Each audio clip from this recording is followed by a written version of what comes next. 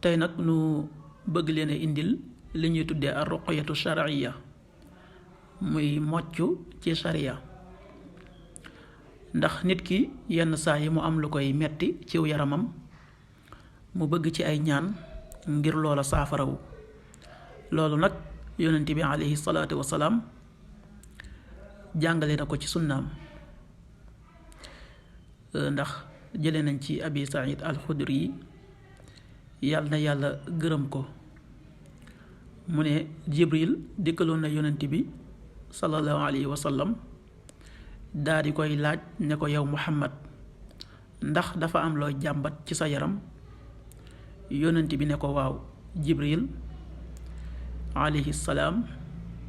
daa di koy mocce ñaan gii muy maa ngi lay mocc ci turu yàlla ci mépp mbir mu la mën a lor ak ci ayu jépp jëmm walla gëti aji iñaan yàlla na la yàlla saafara maa ngi lay mocc ci turu yàlla xadis bi muslim moo ko nettali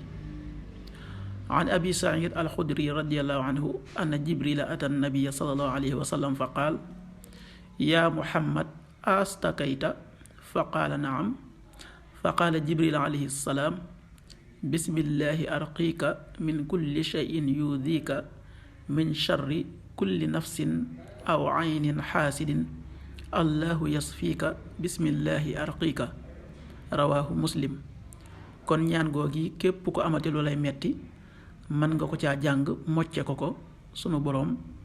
mën na koo saafara incha allah